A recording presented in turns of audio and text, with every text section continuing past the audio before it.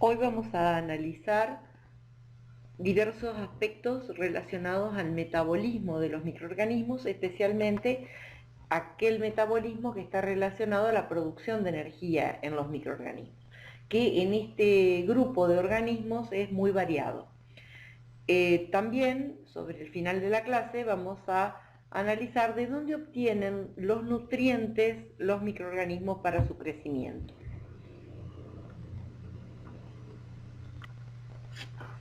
Ustedes recordarán qué es el metabolismo de las células o el metabolismo celular. Lo vieron en biología, algo de esto también vieron también en química orgánica y biológica. O sea que, recordando lo que ustedes ya saben, un conjunto de reacciones que se dan dentro de la célula destinadas, algunas a la obtención de energía y otras a la formación de compuestos celulares.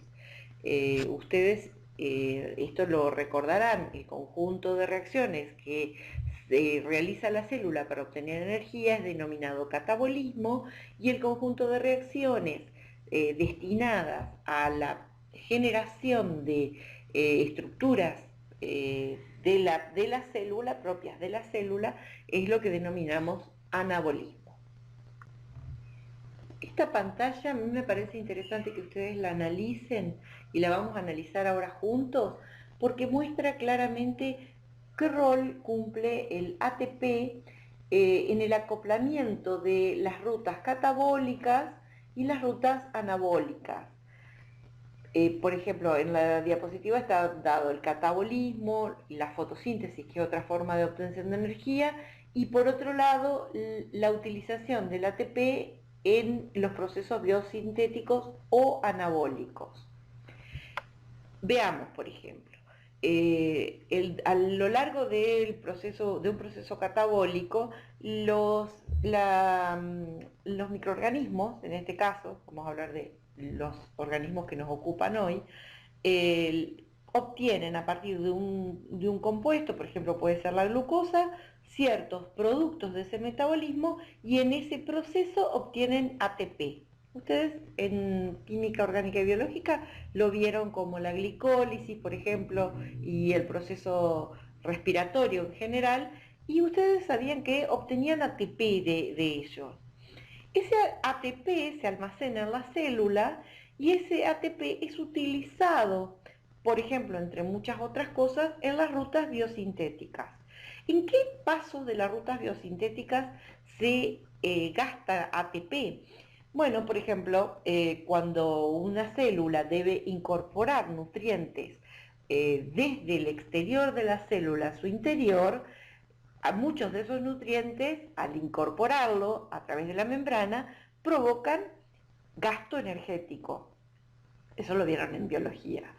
Estos nutrientes que se depositan en el interior celular pueden ser unidos y formar, por ejemplo, intermediarios biosintéticos, por ejemplo, los aminoácidos, como está planteado en la diapositiva, y esos aminoácidos también pueden ser transformados a los biopolímeros, en este caso las proteínas.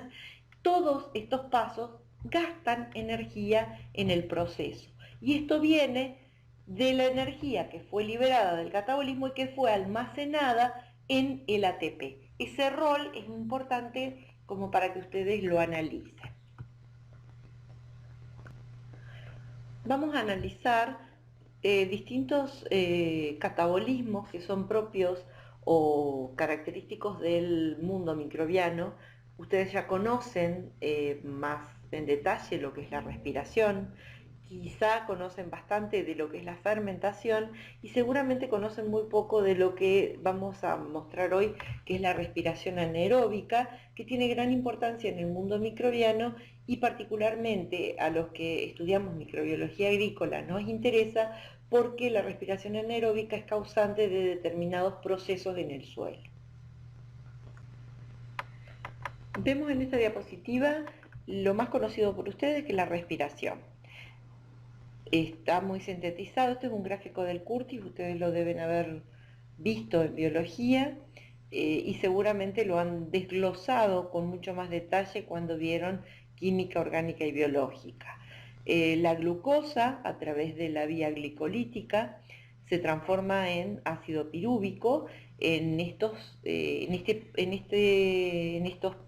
reacciones, en algunas de ellas por lo menos, se libera suficiente energía como para la síntesis de ATP. Esta forma de formar ATP es la que se denomina fosforilación a nivel de sustrato. Esto yo lo estoy recordando nada más. El ácido pirúvico formado a partir de la glicólisis es transformado en acetilcoenzima A y esta entra al ciclo de Krebs. En estos pasos también hay generación de ATP a través de algún paso en el cual se libera suficiente energía para formar ATP, y es otro momento en el cual se genera ATP por fosforilación a nivel de sustrato. Pero como ustedes ven en la diapositiva, también hay generación de NADH tanto en glicólisis como en distintos pasos del ciclo de Krebs. También en un paso del ciclo de Krebs se genera FADH. Estos compuestos se reoxidan, como ustedes ya saben, en la cadena citocrómica, y en los distintos pasos se puede liberar energía suficiente como para que se sintetice ATP. Esta forma de síntesis de ATP es la que denominamos fosforilación oxidativa. Recordemos esto: por cada NADH formado se sintetizan 3 ATP y por cada FAD 2 ATP. Como resultado final de la glucosa, que se libera dióxido de carbono, se sintetizan ATP y se forma agua, porque el oxígeno molecular, es el aceptor final de los electrones en la cadena respiratoria. La obtención de energía en el proceso respiratorio, ustedes lo habrán visto en alguna bibliografía o lo habrán analizado. En general se dice que se producen 36 ATP por cada glucosa que se respira, pero a veces encontramos otro dato que es de 38 ATP por cada glucosa que se respira. Eso es verdad, y es propio de los tipos celulares. 38 ATP es la cantidad de energía que se obtiene en una célula procariota. Ustedes recuerdan que en las células procariotas no había compartimentalización, por lo tanto todo este proceso, tanto glicólisis como Krebs y cadena respiratoria, se cumplen en distintas zonas, pero de la célula, y los productos que se generan de la respiración no tienen que atravesar membranas. En cambio, en una célula eucariota, la glicólisis se cumple en una parte, por ejemplo en el citoplasma, pero la cadena transportadora de electrones se está cumpliendo dentro de la mitocondria, para que los productos que se generan en la glicólisis, o sea, los NAD reducidos que se generan en la glicólisis, sean reoxidados dentro de la mitocondria, debe atravesar la membrana, y eso hace que, para que esto ocurra, hay una pérdida o una transformación de ese NAD, y por lo tanto el rendimiento energético es un poco menor, y por eso se habla de 36 ATP para células eucariotas. Resumiendo, la respiración lo podemos definir como un proceso catabólico en el cual los donadores de los electrones en el proceso catabólico es un compuesto orgánico como la glucosa. Se produce dióxido de carbono y se acumula ATP por este proceso catabólico, y el aceptor final de los electrones del proceso es el oxígeno molecular, que se transforma en agua. Pasemos ahora a otro proceso metabólico que es muy frecuente y muy variado dentro del conjunto de microorganismos que existen. La fermentación es este proceso y la característica general o común a todos los procesos fermentativos es que tanto los donadores de electrones como los aceptores finales de electrones son compuestos orgánicos. A manera de ejemplo presento aquí una fermentación muy común que es la fermentación homoláctica. Nosotros después la vamos a ver en la parte aplicada en la materia. Es una fermentación que se da en la leche, en los silos, en muchos productos de conservación de alimentos. Por lo tanto es una fermentación que es muy conocida y muy estudiada.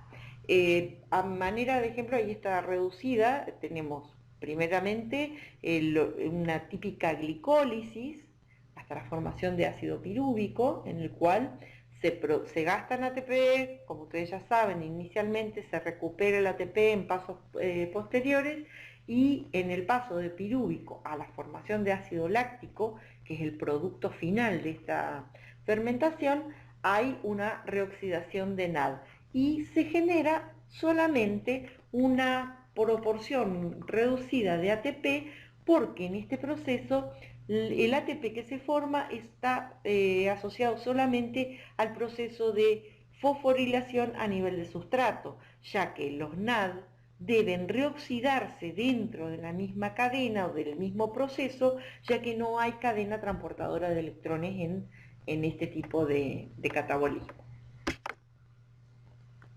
A manera de ejemplo, muestro algunas vías fermentativas de las muchísimas, casi innumerables vías fermentativas que hay en el mundo microbiano.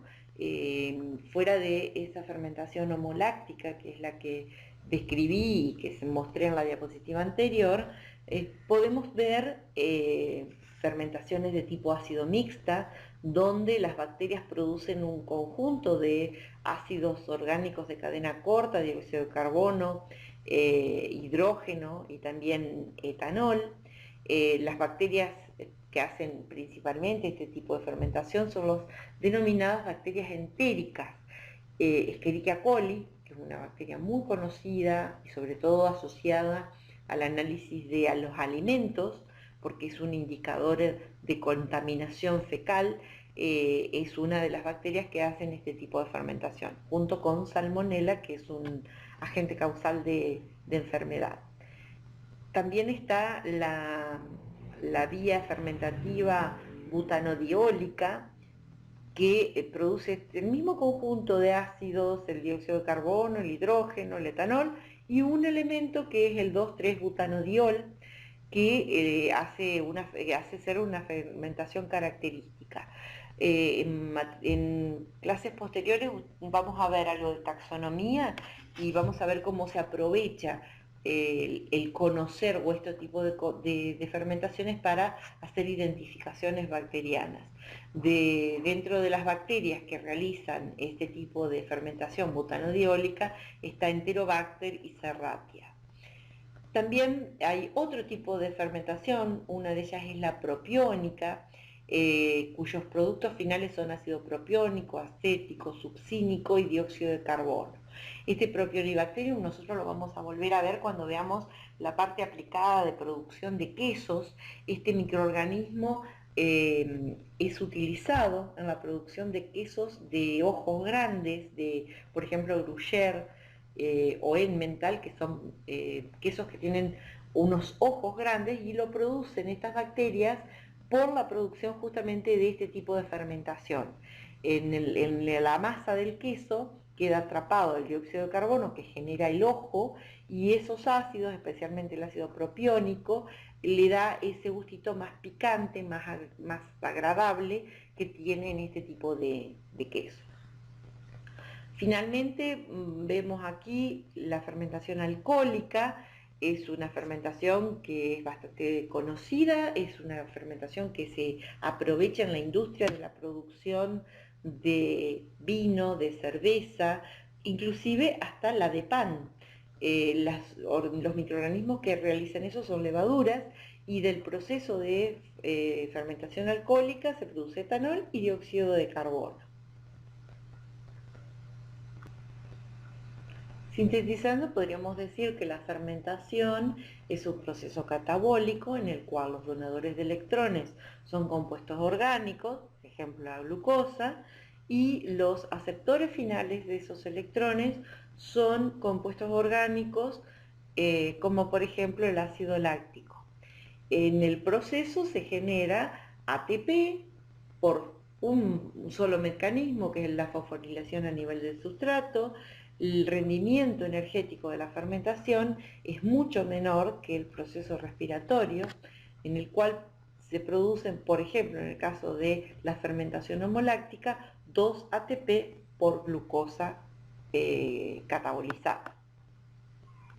Lo que caracteriza a la fermentación es que hay un equilibrio redox interno, ya que no hay forma de reoxidación por proceso de fosforilación oxidativa, hay un comparativo bajo rendimiento, ya que los productos, como dice un poco más abajo, los productos quedan parcialmente oxidados, no totalmente oxidados como pasa con la respiración. Hay formación y excreción de productos reducidos de fermentación en cantidades equimoleculares con las sustancias iniciales, y la diferencia entre los potenciales de reducción del donador primario y el aceptor final es pequeña. El último proceso catabólico que vamos a analizar es la respiración anaeróbica. Ustedes seguramente no lo conocen, o si lo conocen pueden haberlo visto normalmente en biología como sinónimo de fermentación, por lo menos así en algunos libros de biología aparece, pero en realidad es un proceso que tiene más parecidos al proceso respiratorio aeróbico común, con presencia de oxígeno molecular, que a la fermentación. ¿Qué caracteriza la respiración anaeróbica? Que la glucosa se cinde de manera similar a la respiración aeróbica, vía glicolítica, por el ciclo de Krebs, y el poder reductor que se va generando entra y se reoxida en la cadena transportadora de electrones. A diferencia de lo que ocurre en una respiración aeróbica, donde la cadena se cumple completa y finalmente los electrones se le entregan al oxígeno molecular aceptor de esos electrones, en este caso ese oxígeno no está presente o no es utilizado por el microorganismo, entonces la cadena le incorpora o le transfiere los electrones a un aceptor alternativo. Por ejemplo, uno de los aceptores que nosotros vamos a analizar acá son los nitratos, y otro son los sulfatos. Hay otros aceptores alternativos, ustedes lo pueden ver en la bibliografía, pero los que más nos interesan desde el punto de vista agronómico son justamente los nitratos y los sulfatos. También por ahí tiene cierta importancia la respiración anaeróbica de carbonatos. La respiración anaeróbica de nitratos, por ejemplo, que es bastante estudiada, la cadena transportadora de electrones a nivel de citocromo B, vean en la diapositiva en la cual estaba del Curtis toda la cadena transportadora, el citocromo B se acopla a este aceptor alternativo de electrones y lo produce la reducción de este nitrato hasta nitrógeno molecular. Ahí ven la reacción que se cumple por respiración anaeróbica de nitratos. ¿Qué consecuencia trae esto? Que la cadena transportadora de electrones se acorta y por lo tanto el rendimiento energético por cada NAD que se reduce es menor a 3. En este caso, si uno analiza el rendimiento energético de la totalidad de la respiración anaeróbica de nitratos, esto ronda los 15 ATP por glucosa que se respira anaeróbicamente. Aquí tenemos la otra alternativa, lo realizan otro tipo de microorganismos, usan como alternativo o como aceptor alternativo los sulfatos, produciendo sulfuro o formas reducidas de azufre.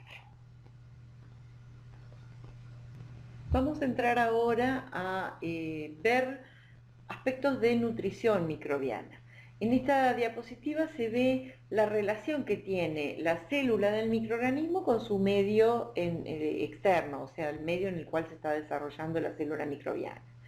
Del medio, fundamentalmente, esa célula va a tomar nutrientes para realizar distintos procesos que necesita la célula para su desarrollo, su crecimiento.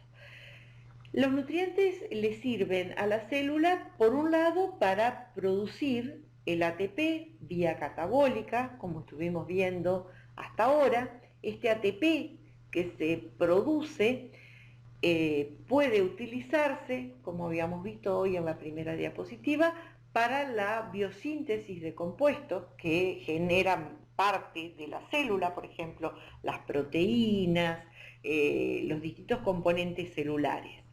Y también para ello va a necesitar nutrientes para construir esos componentes celulares. Pero a la vez el ATP no solamente se gasta en la síntesis de los compuestos celulares, a veces se consume en distintos tipos de procesos, por ejemplo, cuando debe transportarse cosas a través de la membrana, para eliminar productos de desecho o inclusive para realizar algún tipo de trabajo mecánico. Pensemos o imaginemos, por ejemplo, una célula de una bacteria que tiene flagelo y que para moverse hace rotar ese flagelo. Esa rotación del flagelo demanda ATP y es a partir de los nutrientes que este ATP se va generando y por lo tanto se puede gastar en el trabajo mecánico. Los nutrientes que requieren las células son muchos y algunos son requeridos en grandes cantidades, generalmente son denominados macronutrientes, y otros los requiere la célula en pequeñas proporciones porque en realidad se utilizan en pequeñas cantidades. Ustedes tienen en el apunte que genera la cátedra un listado de los nutrientes más importantes que necesitan los microorganismos para su desarrollo y crecimiento y en general el rol que cumplen dentro de las células. Pero vamos a analizar aquí de dónde pueden obtener o qué tipo de nutrientes pueden obtener los distintos tipos de microorganismos. Vamos a analizar inicialmente uno de los nutrientes que se requiere en mayor cantidad, el carbono. Depende de dónde pueda tomar el carbono el microorganismo, la fuente puede ser inorgánica. Aquellos microorganismos que utilizan el dióxido de carbono estarían utilizando una fuente inorgánica, o lo que es más común, las fuentes orgánicas, como azúcares sencillos como la celulosa, un poco más complejos, como la glucosa, un poco más complejos como la celulosa, o también otras fuentes orgánicas como pueden ser los aminoácidos, que a la vez de ser fuente de carbono va a ser fuente de nitrógeno y azufre, por ejemplo.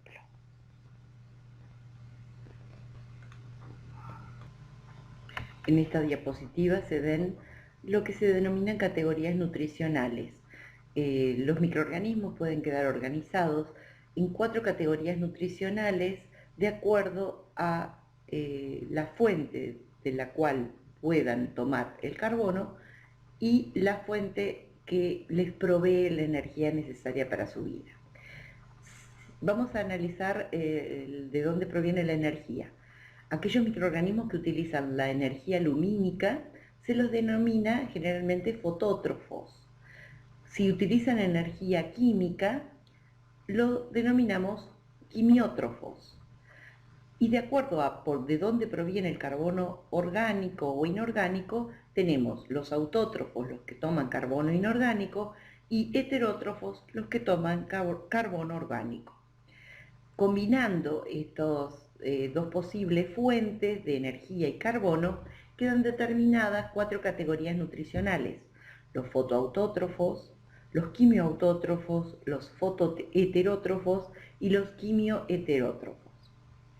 Los fotoautótrofos Son organismos que hacen procesos similares a lo que nosotros encontramos en las plantas superiores.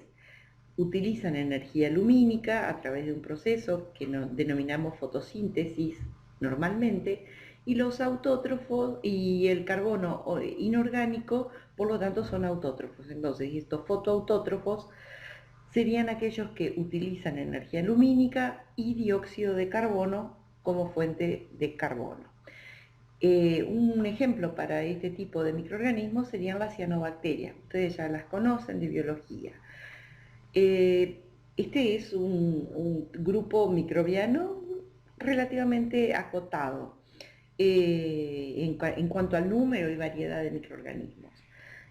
Por otro lado, como un extremo totalmente diferente, tendríamos los quimioheterótrofos. Son organismos que toman energía química, por ejemplo, la energía que se va liberando en las reacciones, por ejemplo, de la glicólisis, el Krebs, como lo vimos hace un ratito, y el carbono orgánico es su fuente de carbono.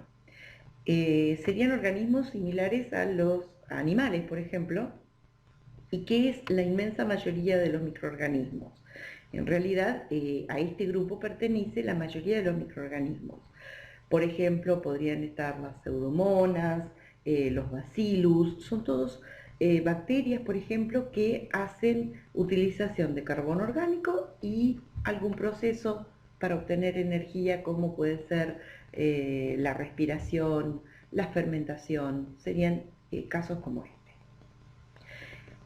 Por otra parte, hay dos grupos que son un poco más raros, los fotoheterótrofos y los quimioautótrofos. De estos dos, nosotros vamos a desarrollar un poquito más o prestar un poquito más de atención a los quimioautótrofos.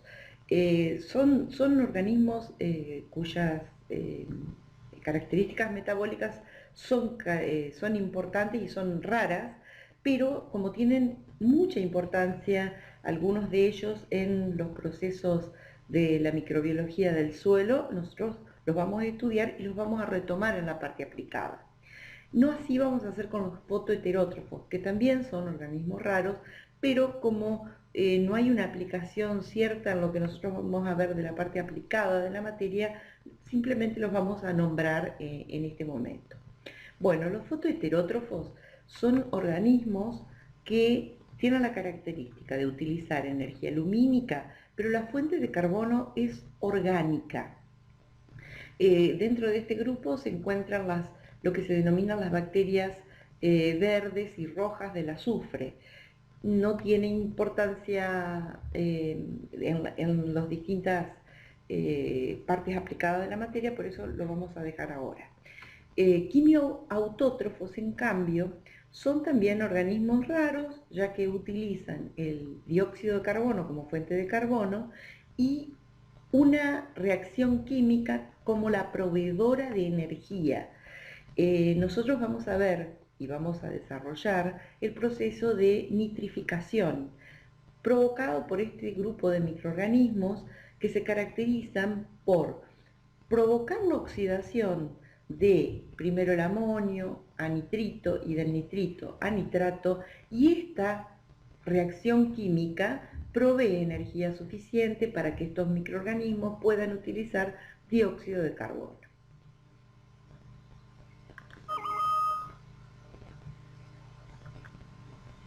Por otra parte, debemos analizar de dónde pueden obtener los microorganismos el nitrógeno que necesitan para su vida. Hay posibilidades de que las fuentes sean inorgánicas y orgánicas.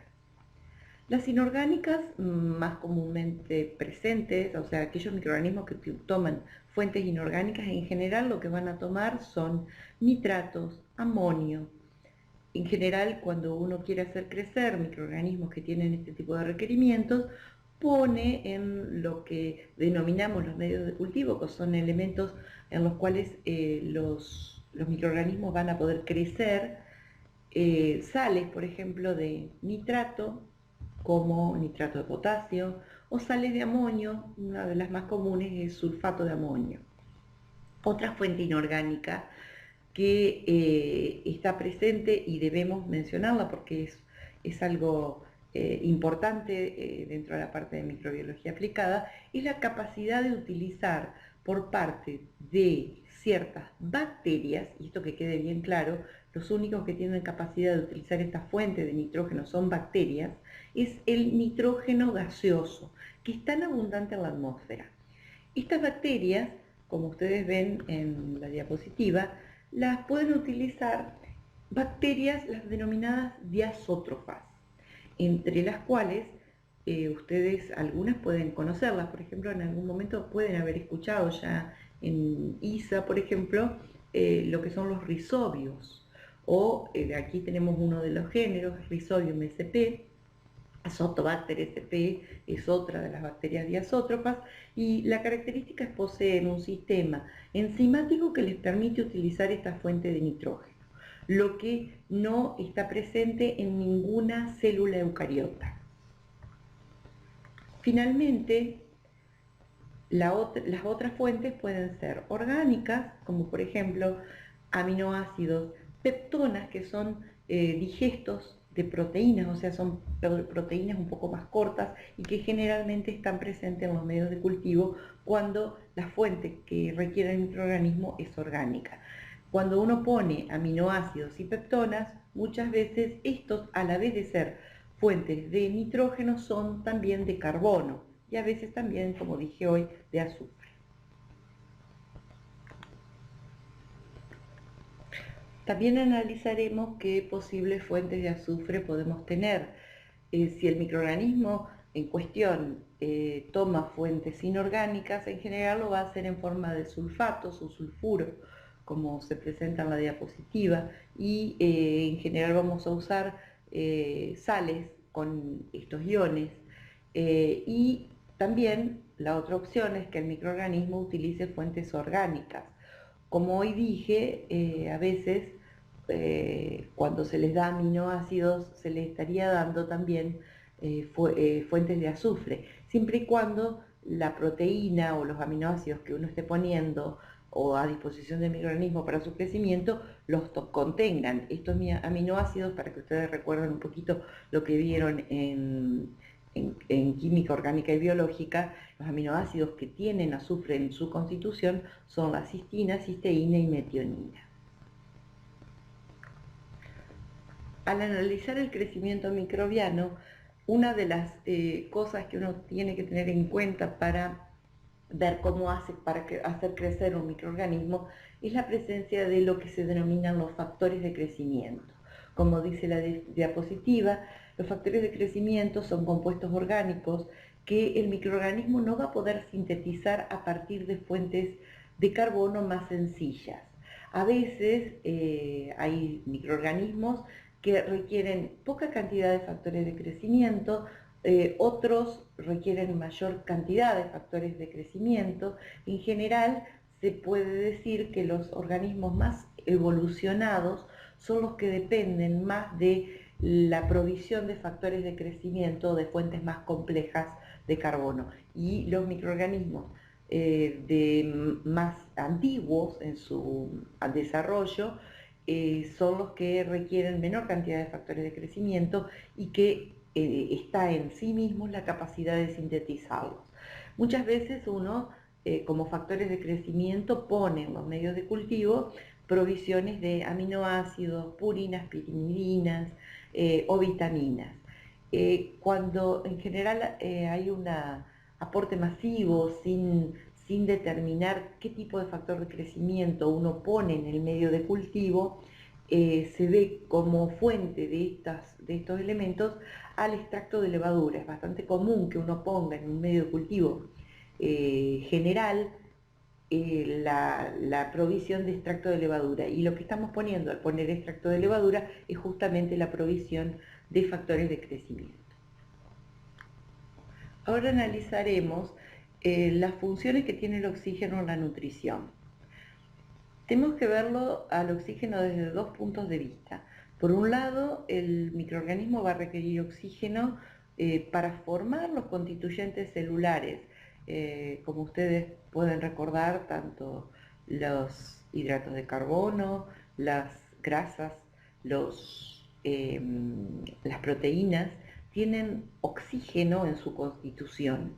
Esa función del oxígeno es de ser constituyente celular y el microorganismo lo va a tomar a partir del agua para formar o construir estos distintos biomoléculas que componen la célula microbiana. Pero hay otra función del oxígeno, la nutrición, que es el de ser aceptor final de electrones. Vamos a remontarnos al principio de la clase de hoy. Nosotros analizamos que de acuerdo a qué tipo de metabolismo el microorganismo podía realizar, iba a requerir oxígeno molecular, el oxígeno 2 que se ve en la diapositiva, como aceptor final de los electrones. De acuerdo al requerimiento de oxígeno que tenga, de este tipo de oxígeno, que tenga el microorganismo, se pueden clasificar en esas tres categorías. Los aerobios estrictos, que son aquellos microorganismos que sí o sí dependen de la presencia de oxígeno para vivir. Los anaerobios estrictos, que son el otro extremo, son microorganismos que no requieren el oxígeno para vivir, inclusive les es letal la presencia de oxígeno para su vida.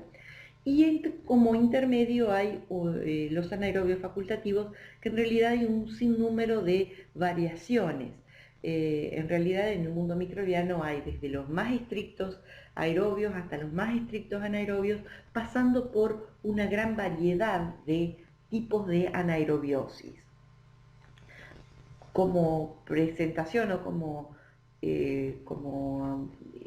caracterización general, podemos tener algunos microorganismos que hacen respiración aeróbica y cuando no tienen oxígeno van a hacer fermentación, otros que van a hacer respiración aeróbica y cuando no tienen oxígeno una respiración anaeróbica, como vimos al principio de la clase hoy, o algunos microorganismos que, por ejemplo, tienen la capacidad de hacer fermentación, pero la presencia de oxígeno la toleran bien sin cambiar su metabolismo hacia el lado de la respiración.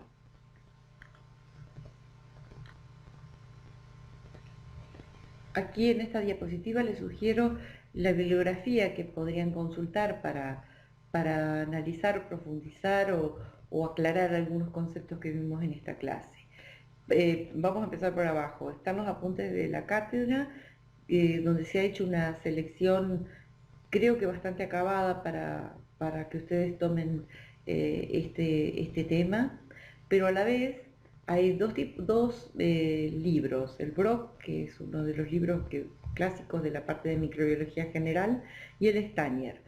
De acuerdo a cuánto necesitan ustedes de profundizar la parte de química orgánica y biológica en cuanto al metabolismo o catabolismo particularmente, podría ser más adecuado uno u otro. Si requieren mayor grado de detalle, explicación de base, les sugiero que encaren este estudio acompañados del Stanier. Si no es así, podrían tomar el Brock, que es un lindo libro para utilizar. Y a manera final le voy a presentar un ejercicio propuesto. Es optativo, ustedes lo pueden hacer, pero la idea es que a partir de estos ejercicios ustedes pongan en práctica un poco lo que ustedes entendieron de estas clases. Quiero que ustedes analicen los tres metabolismos, respiración, fermentación y respiración anaeróbica, y de acuerdo a lo que ustedes fueron viendo, analicen básicamente qué productos finales tiene cada uno de ellos, qué ganancia energética les permite a los microorganismos, qué requerimientos del oxígeno molecular implican, y adicionalmente les pondrían, piensen cuáles son los mecanismos por los cuales se forma ATP en cada uno de estos procesos. Bueno, hasta la clase que viene.